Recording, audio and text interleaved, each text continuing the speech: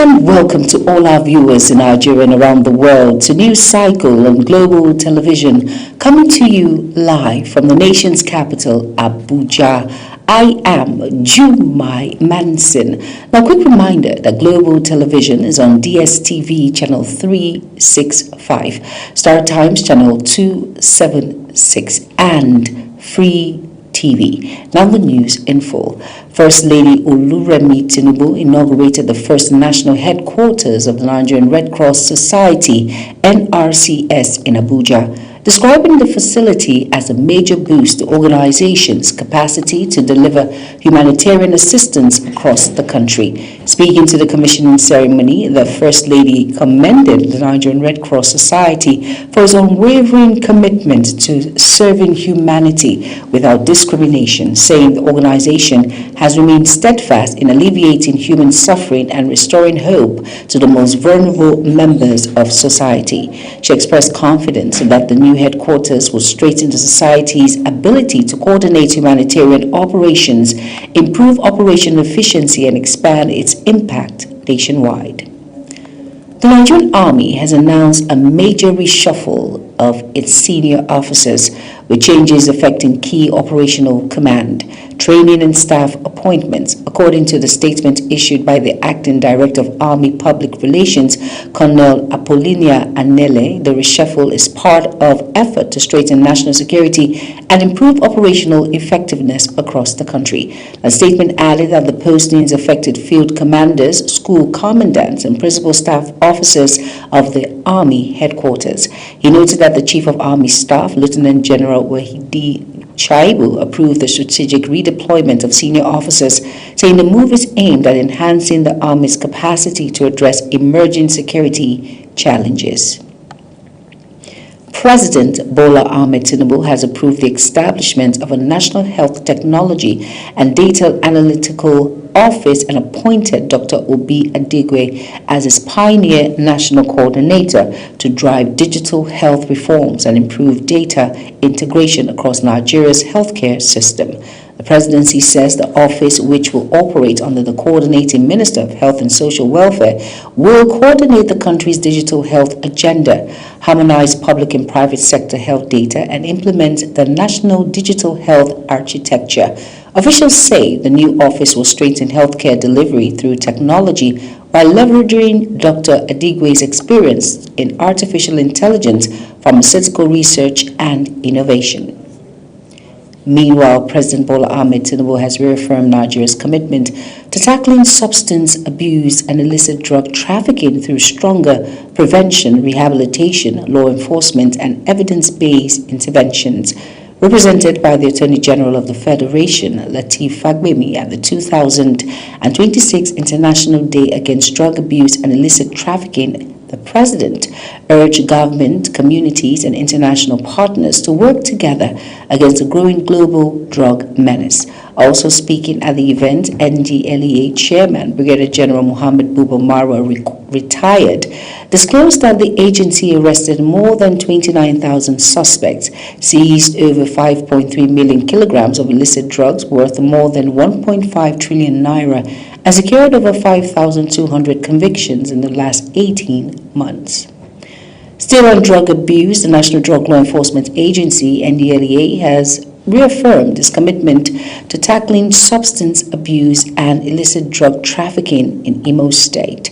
The commander, NDLEA Imo State Command, Alexander Chinoyerem, made the pledge at an event to mark World International Day Against Drug Abuse and Illicit Trafficking 2026 in Owerri, Imo State capital. Amarachi Ibe tells us more. Observed every June 26, the International Day Against Drug Abuse and Illicit Trafficking was established by the United Nations General Assembly in 1987 to raise global awareness of the dangers of drug abuse and strengthen international action against illicit drug trafficking.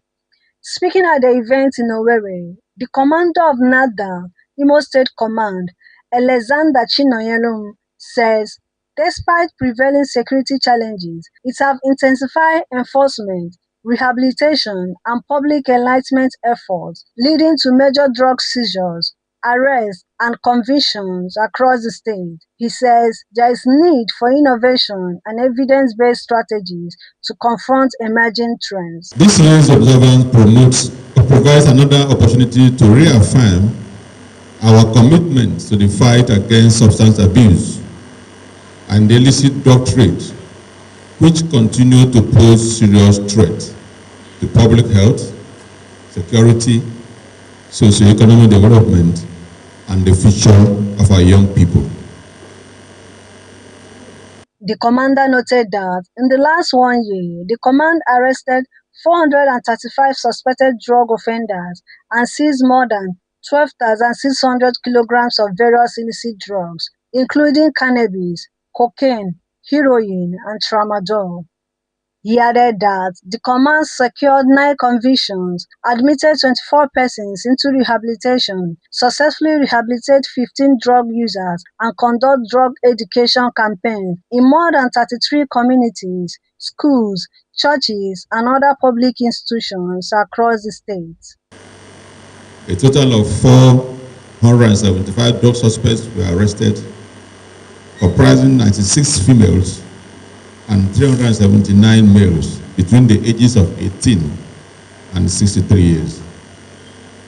A total of 12,608.58 kg of various hard drugs were seized in the last 1 year, which include cannabis sativa,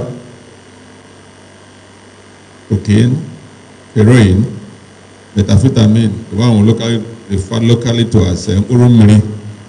With thousands of kilograms of illicit drugs taken off the streets and hundreds of suspects behind bars, authorities say sustained collaboration remains the strongest weapon in the battle for a drug-free Imo State. From Owerri, Amarachi Ibe, Global TV News. Over on to the Independent National Electoral Commission says it has yet to receive the certified true copy of the judgment delivered by the Federal High Court in Lokoja, setting aside an earlier order relating to registration of the Nigerian Democratic Congress. The Chief Press Secretary and Media Advisor to the INEC Chairman, Adedayo Oketola, said the Commission was aware of media reports on the June 26 judgment, but could not comment on its specifics until it obtained and reviewed the court's decision. According to the Commission, its legal department will study the judgment once the certified copy is received before determining the next course of action. The Nigerian Democratic NDC has rejected the judgment delivered by Honorable Justice Isa Dashin of the Federal High Court, Lokoja, which set aside the earlier court order compelling the Independent National Electoral Commission, INEC, to register the party. Senator Moses Klepas, the national chairman of the party, says the NDC will appeal the judgment, insisting that the ruling will not weaken the party's resolve. Political correspondent Ubong Usoro tells us more. The Nigeria Democratic Congress was registered by INEC on February 5, 2026. The party has witnessed a significant increase in membership, especially following the defection of former Labour Party presidential candidate Peter Obi and former Kano State Governor Rabiu Musa Kwankwaso. Speaking on the development, the national chairman, Senator Moses Cleopas, assured party members and supporters that the NDC remains firmly on course. He said the NDC has not been deregistered and will challenge the order at the Court of Appeal as soon as possible.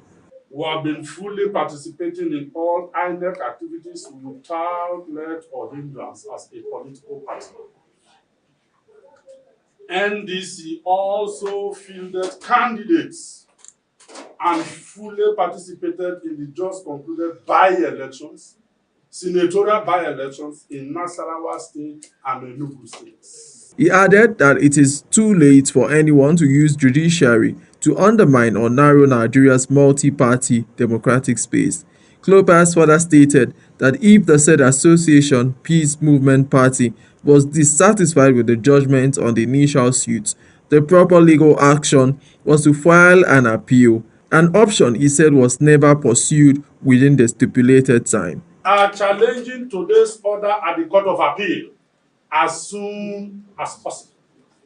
We have no doubt that justice will be done. We condemn efforts by those who seek to shrink democratic space and stifle opposition voices and alternatives. Nigerians have a right to a full range of opinions, ideas, alternatives, and political platforms, and candidates should be allowed to participate in the 2027 general elections. For now, Nigerians await the reaction and the official position of the Independent National Electoral Commission, INEC, in the coming days, as the NDC continues its legal battle for survival. Ubong Usoro, Global TV News. Imo State Governor Hope Uzodimma has commended President Bola Ahmed Tinubu and the National Assembly for advancing the state police bill, describing it as a major step towards straightening Nigerian security architecture. Uzodimma says decentralized policing will improve intelligence gathering, enhance community policing, and enable faster responses to criminal activities while boosting economic development through improved security. The governor also urged stakeholders to support the reform and ensure adequate legal safeguards are put in place to guarantee professionalism, accountability, and respect for the rule of law. Over now to Edo State Governor Monday Okpebholo has assured residents that his administration will intensify effort to eliminate criminal elements and restore security to enable farmers return safely to their farmlands. Speaking at the APC local government campaign flag-off in Edo Central Senatorial District, the governor said his administration will work closely with security agencies while urging party supporters to mobilize for the July 11th council elections. Former Governor Adams Oshomole and APC State Chairman Jared Tenebe also called for grassroots development, party unity, and support for the governor's programs. Lagos State Governor Babajide Sanwo-Olu has ordered the demolition of distressed buildings surrounding the collapsed three-story structure of Alakija along the Badagry Expressway to prevent further loss of lives. Represented by Information Commissioner Gbenga Omotoso during an inspection of the site, the governor disclosed that 27 people were rescued alive, while 9 others died, adding that the owner of the building would face persecution. The state government also directed occupants of nearby structures to relocate immediately as emergency agencies continue safety assessments in the area. Over now to the rising cost of accommodation in the Federal Capital Territory, especially many residents out of the city, and deepening the cost of living crisis. Now, many tenants say arbitrary rent increases by landlords and estate agents have made decent housing unaffordable, leaving them with difficult choices. Zaral Nasser tells us more. Securing affordable accommodation in Abuja is becoming an uphill task as house rents continue to rise across the Federal Capital Territory. From low-income earners to middle-class families, many residents say they can no longer cope with the relentless increase in rent, blaming inflation, high agency fees, and what they describe as unchecked exploitation by some landlords and estate agents.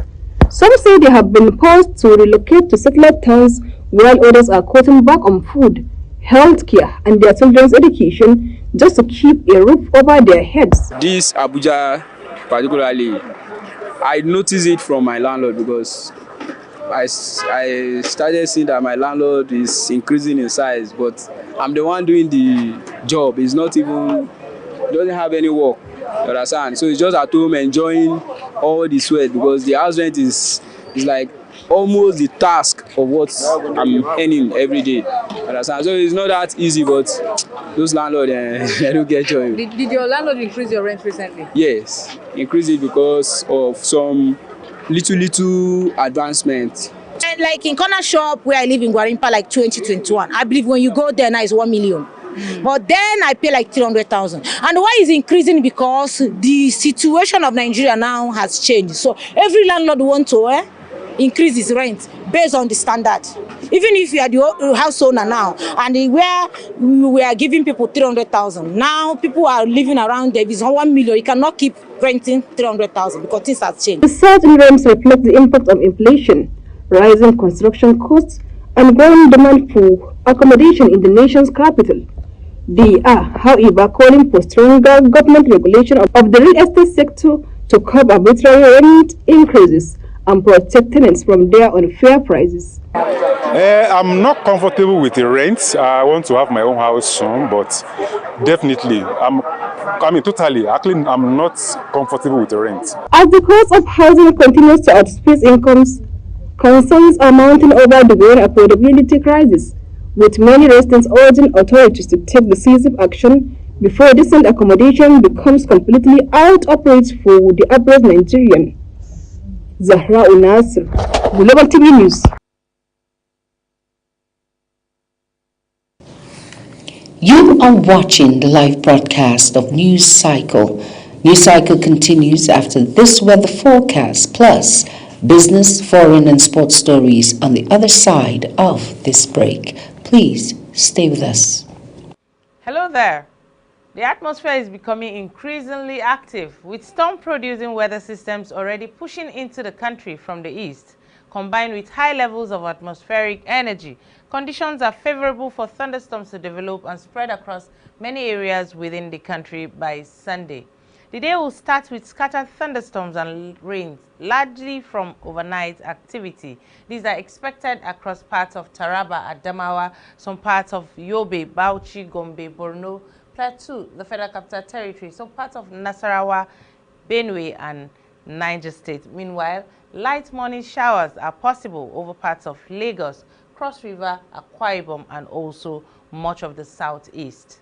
By afternoon, as temperature rises and daytime heating strengthens, thunderstorms will become more widespread and intense, extending into the evening hours, bringing wet, unsettled conditions to many parts of the country from the north, the central down to the southern half of the country. So if you're heading out, always remember to stay alert for possible thunderstorms activities. Thanks for watching.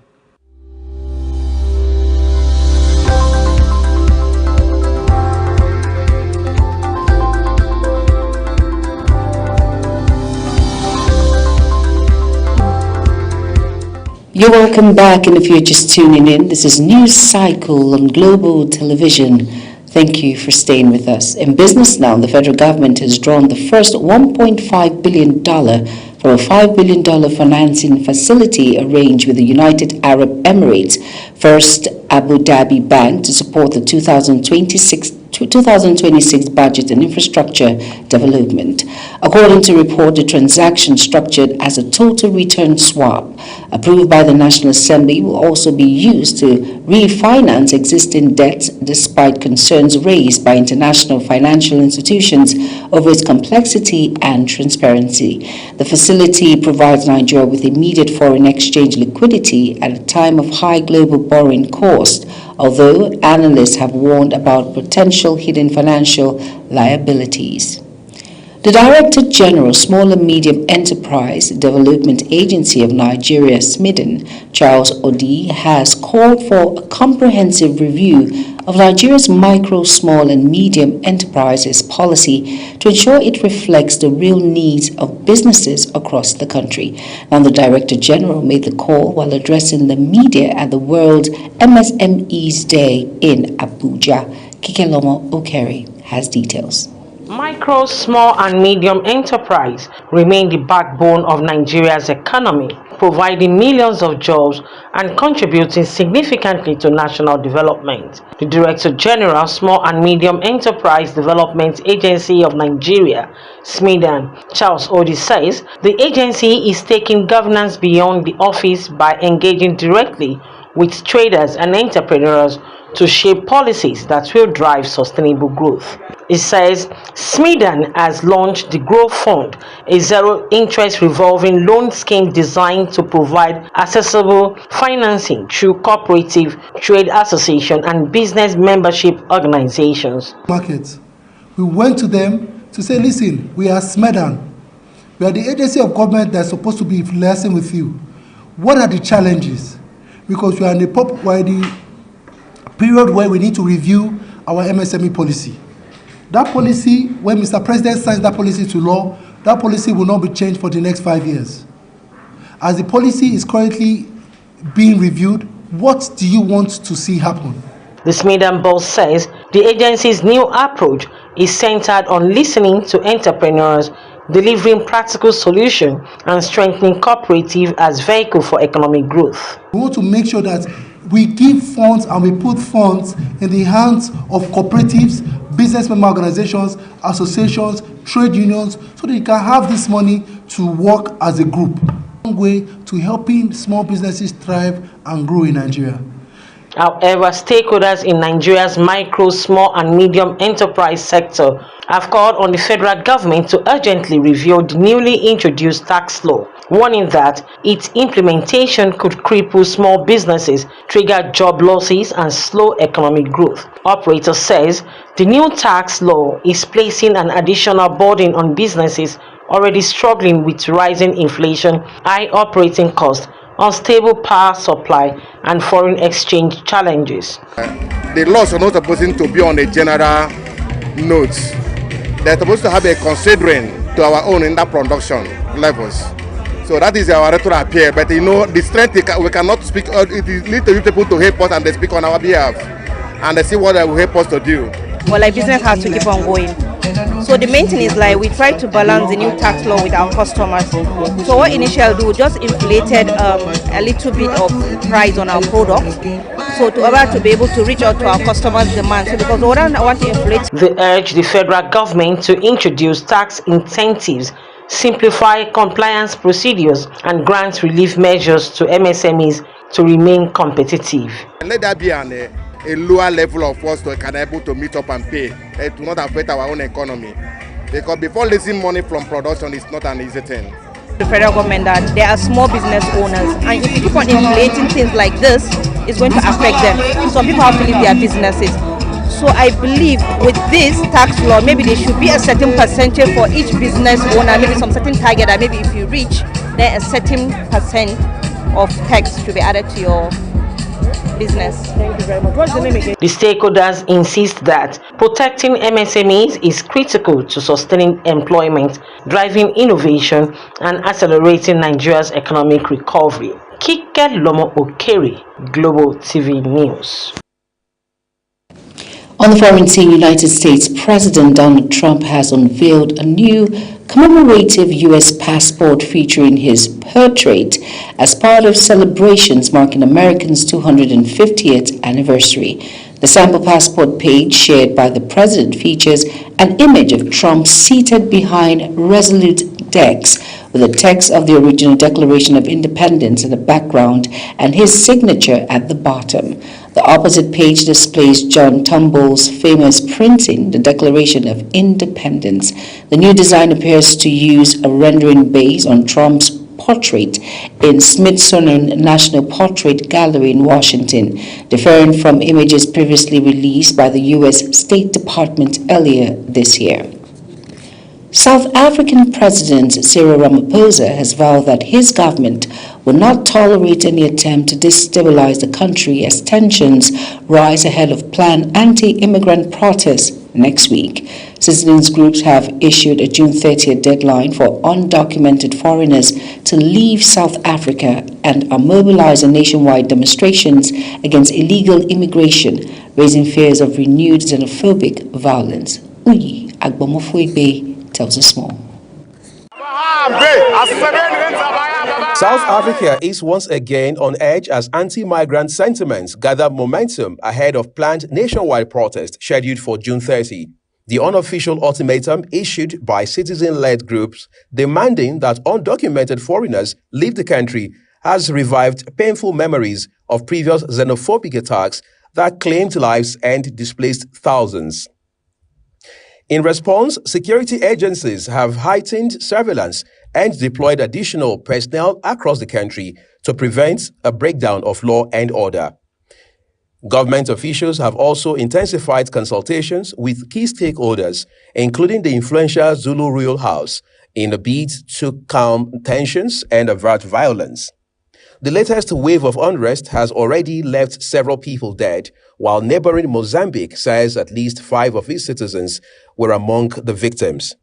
President Cyril Ramaphosa says migration remains a complex challenge that requires regional cooperation and strategic partnerships, stressing that all residents in South Africa must possess legal documentation. South Africa cannot address migration alone.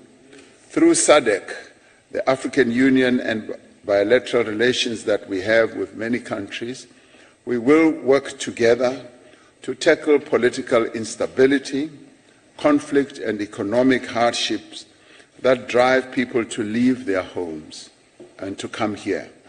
We have made it clear that every person within our borders must be here lawfully. We have also said that responsibility for enforcing our laws rests with the state and the state alone.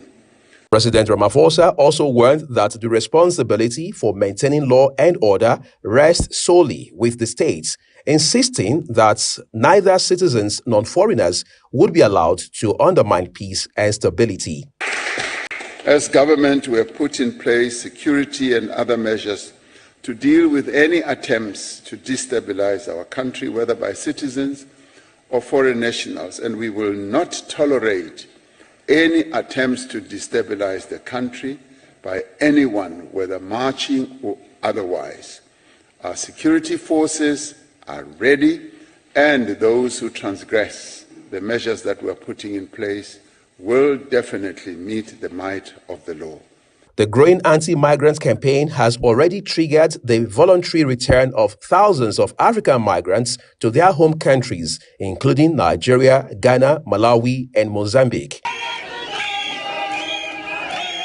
Temporary camps have sprung up in Durban and Johannesburg as displaced migrants await transportation, prompting humanitarian organizations to warn of a looming humanitarian crisis. Despite being one of Africa's largest economies, South Africa continues to battle high unemployment, with joblessness hovering above 30%. The struggle for limited economic opportunities has fueled resentment in some communities, with migrants increasingly becoming targets of blame for rising poverty and crime. For many observers, the challenge now is not only managing migration, but preventing frustration from descending into violence. Uyi Agmofwegbe, Global TV News. The United States says it has carried out military strikes against Iran in response to Thursday's drone attack on a chemical vessel transiting the Strait of Hormuz, marking the first military retaliation since both countries signed a ceasefire agreement last week. Moving on the news now on sports stories, it says here on sports, several rounds of 32 fixtures for the 2026 FIFA World Cup have now been confirmed as the group stage approaches its conclusion, with football heavyweights including Brazil. And that's it on News Cycle. A quick reminder that Global Television is on DSTV channel 365, Star Times channel 276. Now kindly follow us across all social media platforms now showing on your screen by using a Global TV NG. I am Jumai Manson. Thank you for watching.